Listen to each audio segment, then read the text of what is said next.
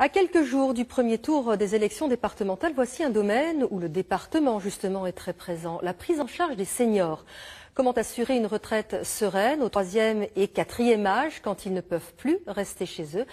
Maisons de retraite et maisons d'accueil sont des solutions, toutes gérées par le département. Marie-Pierre d'Abrigeon, Didier Bonnet. Suzanne a 88 ans. On pourrait croire qu'elle attend quelqu'un. Mais non, elle s'ennuie tout simplement et se débrouille comme elle peut. J'ai quelqu'un de la DMR qui vient le matin et le soir j'ai une infirmière qui vient depuis 5 heures. 1 heure de temps.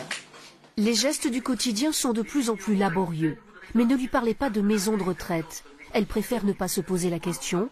Pour l'instant, elle reste dans sa petite maison. Ça sera comme ça pour eux. Mes enfants ont peur de me trouver par terre un jour, où l'infirmière, quand elle vient, je vois le soir, elle me le dit, faites attention, faites attention. Comment concilier maintien à domicile et dépendance? Difficile de franchir le pas, emménager dans une maison de retraite. Même si aujourd'hui les personnes âgées sont chouchoutées dans la plupart des établissements. On est mieux chez soi? Ah, bien sûr. Oh, on est bien ici aussi, hein. Mais enfin, tant qu'on peut être chez soi, c'est bien. On a ses repères? Voilà, on a l'habitude. Des réticences, mais de longues listes d'attente. Dans les maisons de retraite, il faut s'armer de patience pour décrocher une place. Ici, 98 personnes sont en attente. C'est beaucoup, mais toutes ne sont pas décidées. Soit c'est des personnes qui ne sont pas encore prêtes à rentrer en EHPAD, qui ont déposé des dossiers, histoire de se préparer, mais le jour où on les appelle, elles souhaitent encore rester à domicile. Ou c'est des personnes qui sont déjà accueillies ailleurs. Pour Annie, 82 ans, c'est une nouvelle vie qui commence. Malade et fatiguée, elle ne pouvait plus rester chez elle. Elle a choisi une autre solution, plus conviviale. J'étais arrivée à ne plus pouvoir rester à la maison. Donc, on a trouvé la maison de la famille d'accueil. Et ici, je reprends petit à petit à faire comme à la maison. Bienvenue chez Sandra, accueillante familiale.